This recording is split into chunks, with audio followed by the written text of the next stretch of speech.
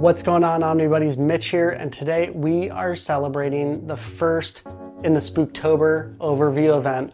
What are we looking at? We're looking at one of my absolute favorite creators of all time, one of his latest books. So it came out a little while ago, but I've been saving it for the Spooktober event now that we're in the spooky season. What are we looking at? We are looking at Jeff Lemire's and Andre Sorrentino's and Stuart's colors. We are looking at Gideon Falls, Volume 2.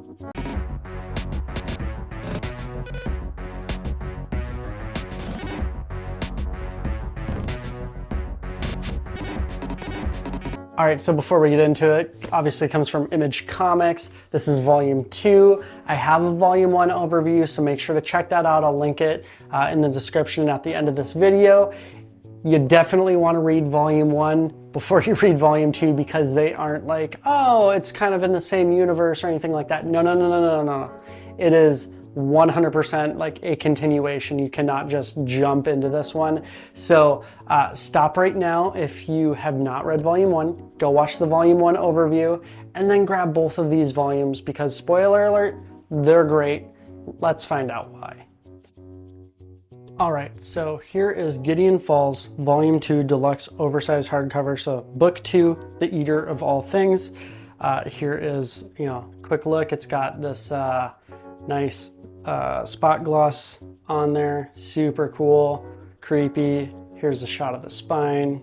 Definitely looks just like Gideon Falls Volume 1, only, 2. And here is the back with the black barn, as it were. This does come to us from Image Comics and it retails for $39.99 USD. Obviously you can get that super cheap, much cheaper at Organic Price Books.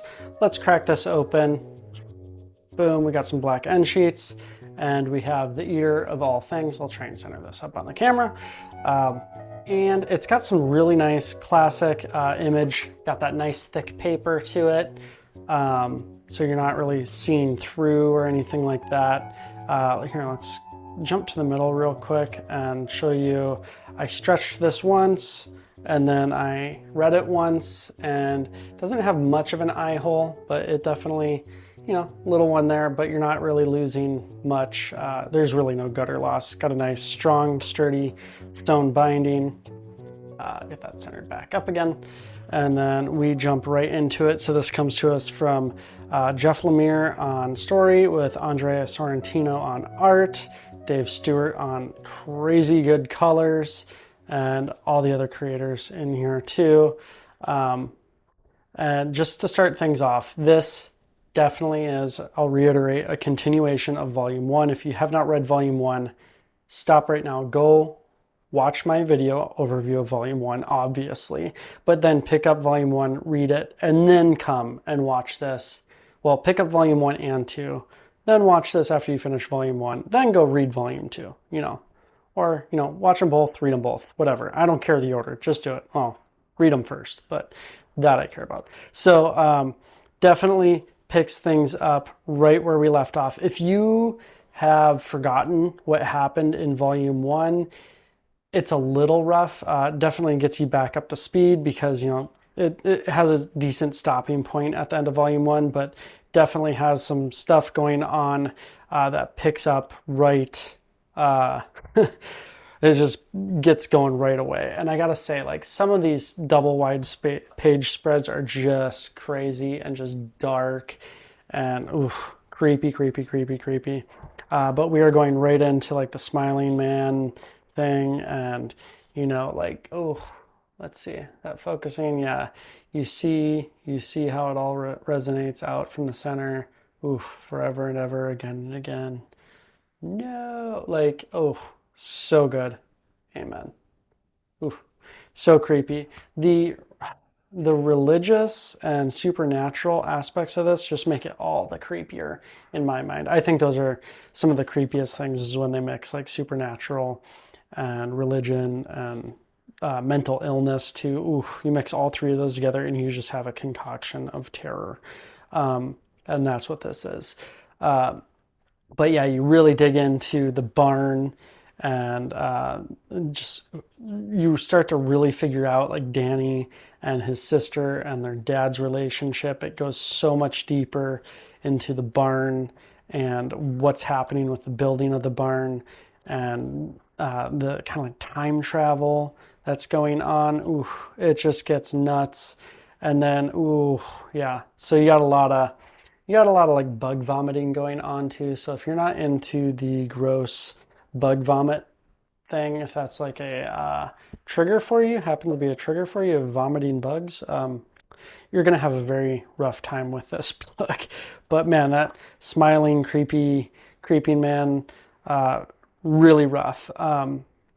It actually doesn't do much with the time travel, or seem to do much with the time travel. And it kind of explains, are they traveling in time or what is actually happening? Because that's what I thought at the end of volume 1 was, oh, okay, it's time travel, which I'll just leave it at that. So very cool, very interesting stuff going on with these, Doctor Who machines. I want to call, that's kind of how I thought of it. But dang, it gets violent, it gets gruesome. Sorrentino's art is just, again, out of this world. I mean, when the like head's being blown away and like there's bugs inside of it. Oh, so gross. So absolutely gross and just terrifying. Like, look at that smile as his head's like missing. So gross. I love the chapter markers in here. Really nice stuff going on. Very simple. And then when they jump between, when they jump, we'll just say that, like the color palettes change, which are super helpful to keep track of what's going on where and where you're reading. So Stuart's coloring with that. My book has I don't know what it is. This has like a big ink blotch in it. So that kind of sucked to get that, but it was kind of gross. Kind of reminded me of the bugs. So maybe it was kind of like a 4D reading experience. I don't know. Then yeah, it's like gross up here too. Looks like an ear.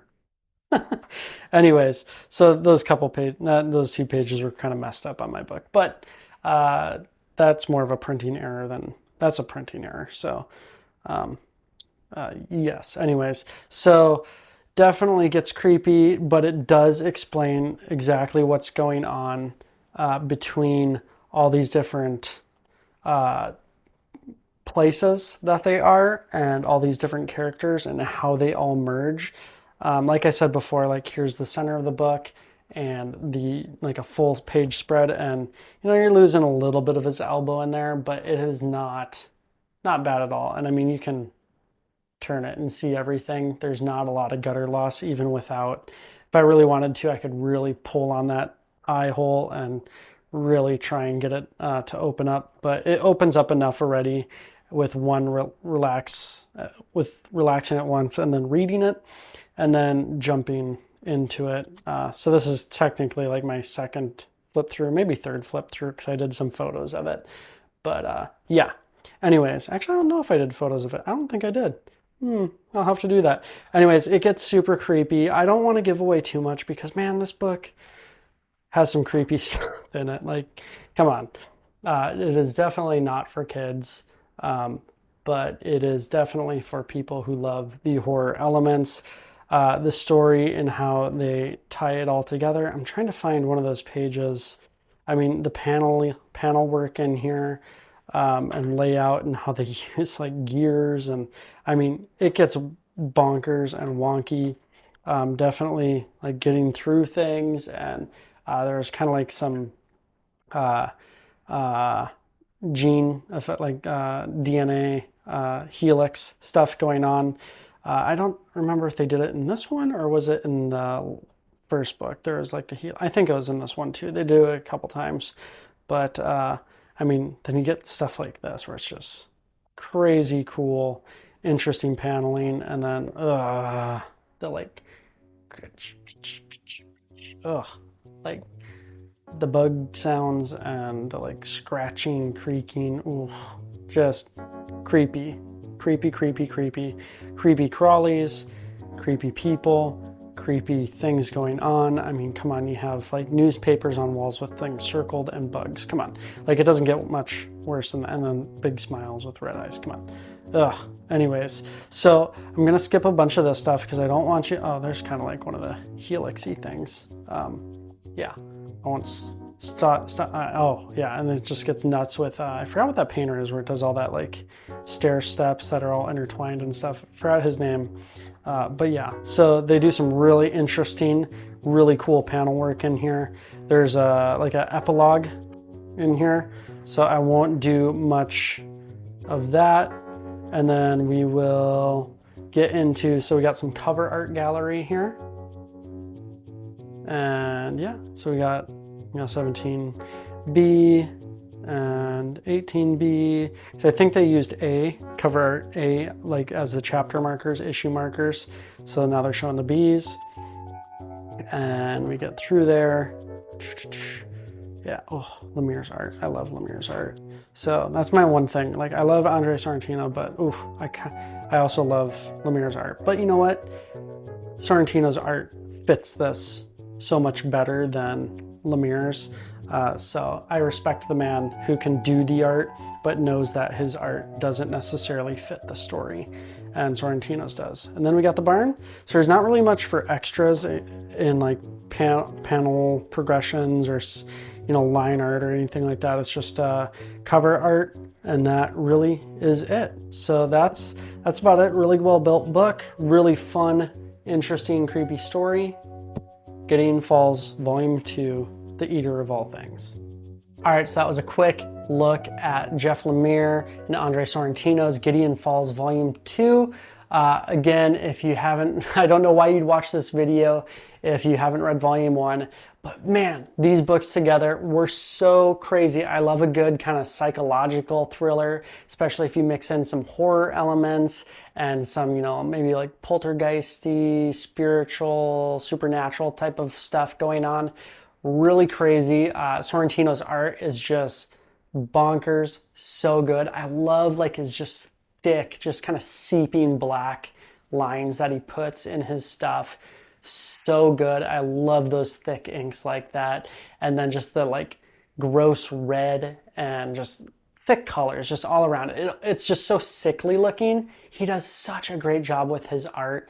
Lemire does such an amazing job weaving a crazy story, and like how they show the story, like literally weaving together on the pages. So cool. Cannot recommend these books highly enough. If you're into spooky season books, if you're into like horror, thriller, suspense, definitely check these out. These are great books, and it's two awesome, super readily available image titles in these great deluxe edition formats. Cannot pass them up. So good. You can use code Omnibuddy for $2 off every order. If you use code Omnibuddy, ship it together, all one word, Omnibuddy, ship it together, all one word, and you're buying 3 or more books, you can get 5% off your entire order. So order both of these books and one other one that's in stock, and they're gonna all ship together. Pre-ordering, not so much. Don't pre-order a book and then get something in stock, because you're gonna be waiting for that pre-order to come in before your in stock actually ships. So be careful with that, but pick up these 2 books and maybe another Lemire book, because Lemire is awesome. Have yourself the time of your life. Anyways, song popped into my head and I went full ADHD singing mode. Have the time of your life with those 2 books, and toss in a third great book. Go for it. But anyways, that's it. Don't forget to like, subscribe, hit the bell for notification, do all those things. But the most important thing to do is comment. Let me know what your absolute favorite spooky book is. Is it complete horror? Is it like kind of thriller sci-fi, horror sci-fi, like, that sci-fi alien type thing where it's like that horror going on? Oh yeah, Alien, Event Horizon. Ooh, let me know what your favorite horror movie is. The one that just completely scared the living crap out of you. Let me know in the comments. I know that it has nothing to do with books, but it's story and it's spooky season, whatever. I think the absolute scariest thing that I saw growing up and all that, I mean, Ring was scary, Grudge, all that stuff, but like I said before, Event Horizon, dang, that scared the crap out of me. oof. If you haven't seen that movie, definitely check it out. It is crazy. Anyways, I'll let you go. That's it. Take care. Stay cool.